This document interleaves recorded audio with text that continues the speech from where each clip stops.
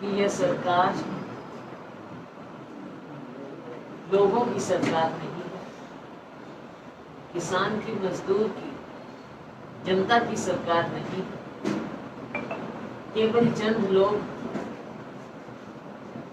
जो प्रतिनिधि चुने गए और फिर सत्ता के लालच में इकट्ठा होकर एक सरकार का हिस्सा बनकर ऐसी मिली जुली सरकार अपने आप तक सीमित रह गई। रोज ऐसे बयान इनके आते हैं, देखने में लगता है कि आपस में विरोधाभास हो, लेकिन हमें लगता है कि ये सारा ड्रामा है। हमारे हरियाणा का परिपेक्ष हम देखते हैं। हमारा राज्य कृषि बाहुल्य प्रदेश है। यहाँ पर हमारा किसान मजदूर, हमारा अन्नदाता इतना मेहनतकश है कि पूरे देश का पेट भरता है, बल्कि विदेशों तक में हमारे यहाँ का अनाज जाता है। पिछले 9 महीने से जो आप हरियाणा में इस सरकार के का मैं समझती हूँ कि एक जो दिखावा, तमाशा और बर्बर नजरिया, बर्बर हरकतें, तानाशाही सरकार, ऐसा सिलसिला चल रहा है। 9 महीने से हमारे किसान सड़क पर बैठे हैं, अपनी बात सुनाने की गुहार कर रहे हैं, लेकिन ये सरकार ना बातचीत का दिखावा, ना किसानों को कोई बुलावा, बल्कि उसके विपरीत किसानों पर कहर, अत्याचार, हर तरह के जुल्म ये सरकार ढा रही है। किसानों से बात एक और करना ही नहीं है, दूसरी ओर अगर किसान मजदूर अपनी आवाज सुनाने के लिए, अपना रोष प्रकट करने के लिए एक शांतिपूर्वक ढंग से, जैसे कि पिछले 9 महीने से शांति से किसान बैठा है, अगर वो अपना रोष भी प्रकट करना चाहता है तो जनप्रतिनिधियों के सामने ही तो करे। हमें याद है हमारी सरकार भी होती थी तो हमारे घर के आगे वो आते थे, हम उनकी बात सुनते थे। ऐसी नौबत ही नहीं आती थी कि वो काले झंडे दिखाएं। लेकिन आज आपने उनको ऐसे कोने में खड़ा कर दिया है कि वो काले झंडे दिखाकर अपना रोष दिखाना चाहते हैं, और लोकतंत्र में इस पर कोई पाबंदी नहीं, कहीं नहीं लिखा कि कोई भी, चाहे आपके भी अपने ग्रीवंस हो, आप भी खड़े होकर काले झंडे दिखा सकते हैं शांति से। लेकिन बार बार आपने देखा, कुरुक्षेत्र में था, करनाल में था, हिसार में था, सिरसा में था, जगह जगह पर किसानों को उन्होंने एक और तो उकसाया, प्रोवोक किया, फिर उन पर लाठियां बरसाई, उनका खून बहाया, उन पर केस दर्ज किए, और फिर ड्रामा किया कि समझौता हो गया है, हम छोड़ रहे हैं, उनके केस चलते रहे। अभी फिर जो हाल ही में हुआ है सर, करनाल माननीय मुख्यमंत्री जी मीटिंग करने को पूरे करनाल को एक किला बना दिया। किसान वहां पर नहीं थे, करनाल में नहीं थे, शहर से दूर सड़क पर टोल प्लाजा पर बैठे। उन्होंने कहा कि हम काले झंडे दिखाएं, लेकिन इस बात पर किए देखा करके देखा कि सिपाही एक आला अफसर किस तरह की भाषा का प्रयोग कर रहे हैं, और पहले से ही जो बोलते हैं कि प्रीमेडिटेटेड क्राइम जो होता है, पहले से ही फैसला कर लिया गया कि किसानों के साथ क्या बर्ताव किया जाए।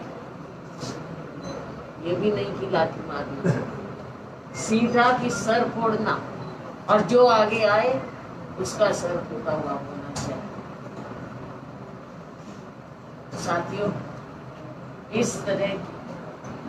इस तरह का रवैया कोई डेमोक्रेटिकली इलेक्टेड सरकार का नहीं होता। ये तानाशाह सरकार है, नादिर शाही, जो हम इतिहास की किताबों में पढ़ते थे, वो आज हमें सामने देखने को मिल रही है। सरकार को चाहिए इनसे बात करें, तीनों काले कानून जो लेकर आए उनको खत्म करें, लेकिन इस सरकार का जो रवैया है उसकी मिसाल आपने एक और देखी। 3 काटे कानून खत्म करना तो दूर की बात है, एक और कानून ले आए हैं हरियाणा, जिसके तहत कि किसी की भी जमीन, किसी किसान की जो बची कुची जमीन भी है, उसको एक ऑर्डर से वो एक्वायर कर सकते हैं, और किसी को भी दे सकता है। डीएम डीसी रातों रात आपकी जमीन फैसला कर देगा कि उनको चाहिए, किसी को देनी है। और आप जानते हैं कि आज के दिन सरकार में किसका फायदा हो रहा है। पिछले 7 साल में चाहे किसान के कानून, कृषि कानून हो या कुछ भी, जो बड़े बड़े कॉर्पोरेट सेक्टर में 4-5, उनको सीधा फायदा किया जाता है। तो ना किसान की सुननी है, ना गरीब की सुननी है। एक और तरीका अपना लिया है लोगों की जिंदगी को कंट्रोल करने का, और वो है जो ये परिवार पहचान पत्र। सबकी जिंदगी कंट्रोल, सबका डेटा, और कोई उसमें भी कोई अपील नहीं, दलील नहीं। साथियों, एक एक करके इस तरह के कार्य ये सरकार करती है।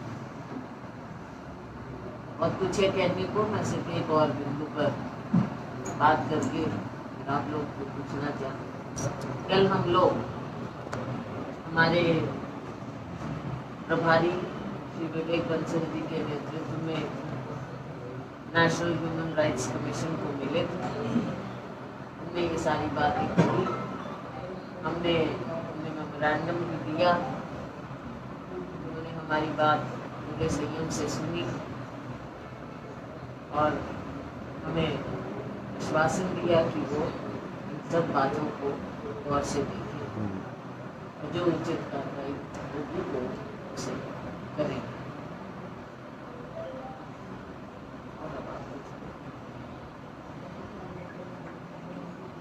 क्या लगता है मैडम, हरियाणा कांग्रेस प्रतिनिधि मंडल जो कल मानवाधिकार आयोग से मिला है, तो लग रहा है कि आपको की कोई कार्रवाई होगी? नेशनल कमीशन है, आगे कार्रवाई वो करेंगे, लेकिन उन्होंने हमारी बात बहुत संयम से सुनी। हमने सब ने अपनी अपनी बात रखी और आगे उन्होंने हमें आश्वासन दिया कि वो हमारे, क्योंकि हमने एविडेंस भी दिया, उन्हें पेन ड्राइव दी, और उन्होंने हमें कहा कि वो पूरा गौर करेंगे इस बात पर, आगे जो उचित कार्रवाई। करनाल के एसपी पर कोई कार्रवाई नहीं होगी। 2 अलग-अलग बयान आ रहे हैं। दुष्यंत कह रहा है कार्रवाई होगी, और सीएम प्रेस क्लब में जाके भी उसको शाबाश दी। क्या कहूँ? जैसा मैंने कहा, ये ड्रामा रचा जाता है इस सरकार में, दिखावा है कि आपस में विरोध है, लेकिन मुझे नहीं लगता कि कोई भी इनमें आपस में विरोध है।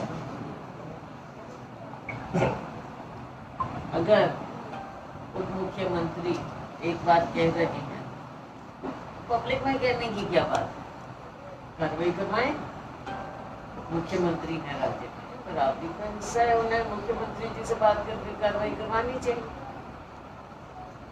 लेकिन मुख्यमंत्री ने जो कह दिया है उससे भी साफ इंडिकेशन है कि जो अफसर ने कार्रवाई की है बिना ऑर्डर्स के वो नहीं कर सकते।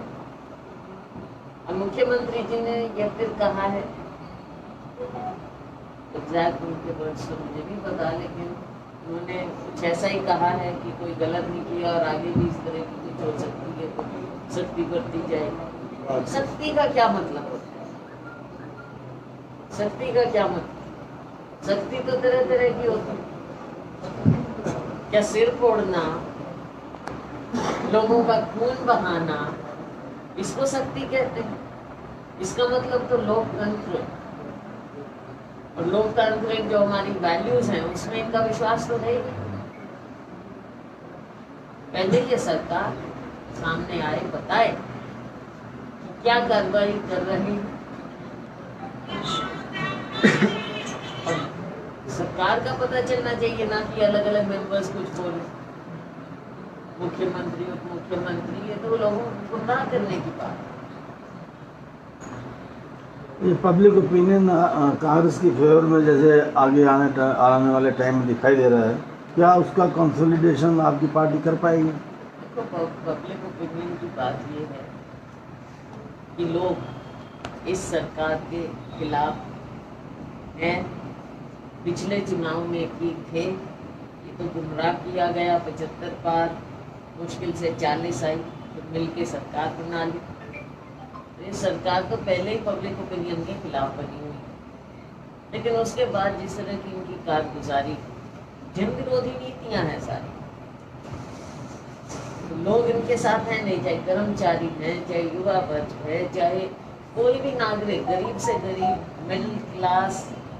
एक और कोरोना की मार थी, दूसरी ओर इस सरकार की गलत नीतियों की मार है। किसान मजदूर सड़क पर बैठा है, व्यापारी का व्यापार ठप हो रहा है, रिटेल है नहीं। तो ये सरकार तो फेल है ही।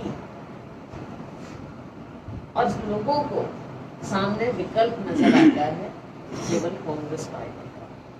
कांग्रेस पार्टी हमारे नेता राहुल गांधी जी के नेतृत्व में हमेशा लोगों की आवाज उठाती रहती है, उठाती रहेगी, चाहे सड़क पे उठानी हो, नीचे जमीन पर संघर्ष करना हो, या फिर सदन में करना हो। अभी कल भी 2 तारीख को हर जिले में हम इन सभी बातों को लेकर मेमोरेंडम देंगे। सख्त से सख्त कार्रवाई होनी चाहिए।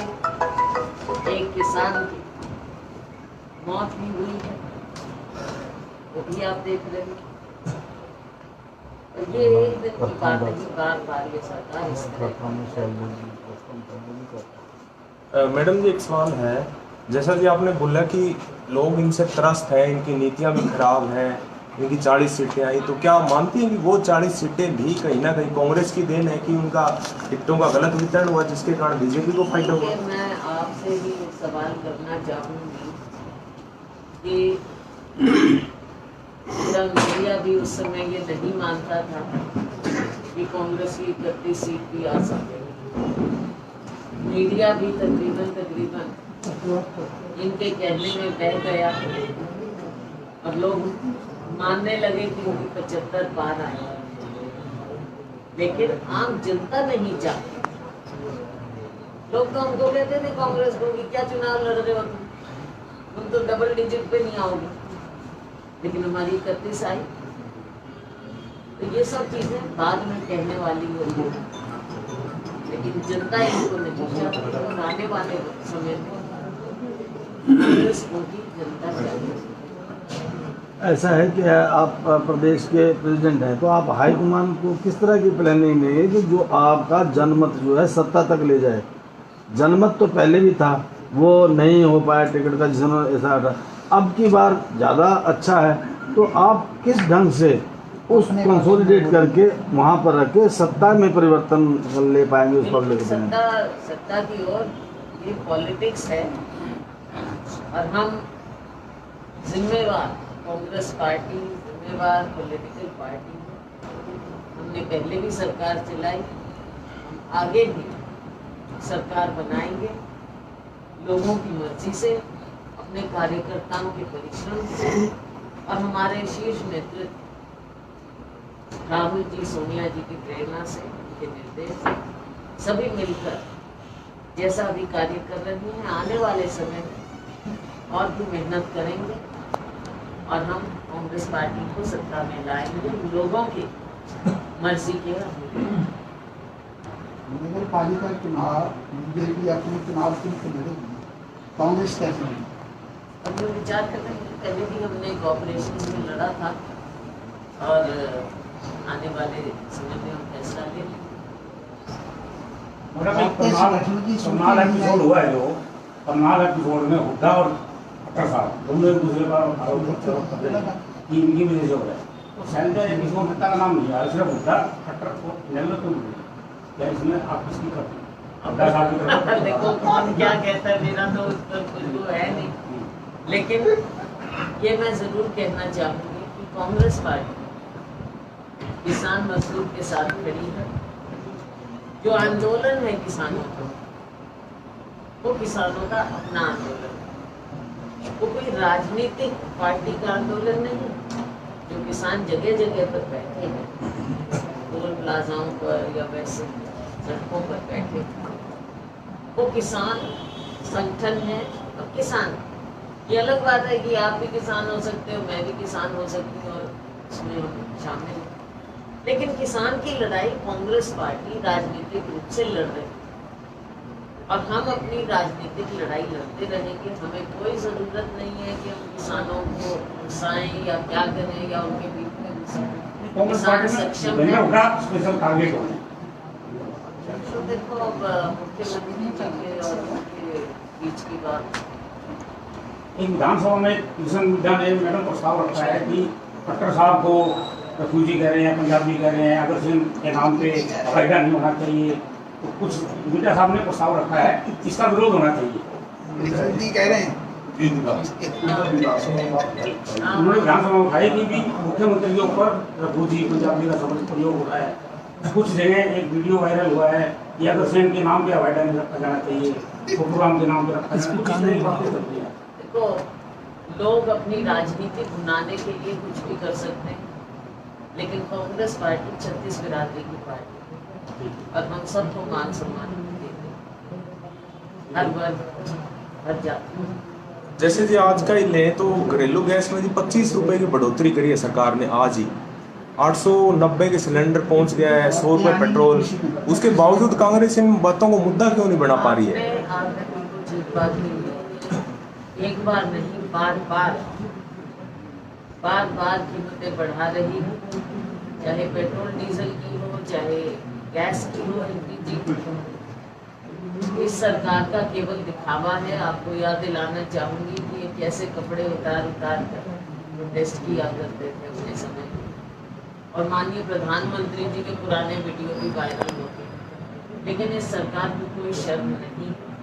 जिस तरह से अब ये चल रही है, मुनाफाखोरी हो रही है केवल कंपनियों, आम जनता की है कोई फिक्र नहीं। कांग्रेस पार्टी ने बार महंगाई को लेकर, एलपीजी को लेकर, पेट्रोल डीजल को लेकर, बढ़ती हुई कीमतों को लेकर बार हमने धरने, प्रदर्शन, हर तरह से इन बातों को उठाया और हम उठाते रहे। ऐसा नहीं है कि एक बार कर दिया और छूट गया। जब ये ऐसा कार्य करेंगे हम उठाते रहेंगे। जमीन पर भी हमने पहले भी उठाया, उनके पीछे आपको याद होगा मैं खुद कि हम सारे स्टेट में करते हैं। झांसी में किया था हमने, मैंने किया तो सब जगह था कांग्रेस जनरल में, क्योंकि मैं खुद वहाँ आई थी। कल मैं जा रही हूँ करनाल। तो ये सारे मुद्दे हम उठाते रहेंगे और उठाते रहेंगे। लेकिन आपके प्रदर्शनों में आम जनता तो नहीं जुड़ पा रही है। जो आप प्रदर्शन कर रहे हो उसमें आम जनता नहीं जुड़ पा रही ये है। और कांग्रेस आपके नेता भी सिर्फ 10-15 मिनट के लिए प्रदर्शन करके वोटों की बातें चले जा रही है। देखो, फोटो खिंचवाना तो आज के दिन है कि ये बात है ही कि अगर फोटो ही नहीं खिंचवाएंगे या में तो मीडिया दिखाएगा कैसे? मीडिया के लिए फोटो तो खिंचवानी नहीं, वो मीडिया दिखावा कैसे समय की करेगा? पुकार है भाई। उस चीज को तो मैं ये नहीं कह सकती कि फोटो क्यों खिंचवाओ, फोटो ना नहीं, इनका खिंचवाओ। ये कहना है कि वो उतनी मेहनत नहीं कर पाते जितनी भाजपा नेता करते थे आपके सरकार में। आपके नेता सिर्फ 2 मिनट बैठ पाते हैं सड़क पे। ऐसी कोई बात नहीं है, ऐसी कोई बात नहीं है। हाँ, कांग्रेस पार्टी इनकी तरह ड्रामेबाजी नहीं करती। कांग्रेस पार्टी हर तरह से सच्चे मायने में लोगों की बात को उठाती है, उठाया है और उठाएंगे। हर जगह पूरे हरियाणा में ये कार्य किया जाता है, हम लोग खुद उसमें शामिल होते हैं जगह जगह। ये हुड्डा साहब जिन नेताओं को शामिल कर रहे हैं, आप उन्हें मान्यता नहीं दे रहे। हमारी पार्टी का अंदरूनी मामला है।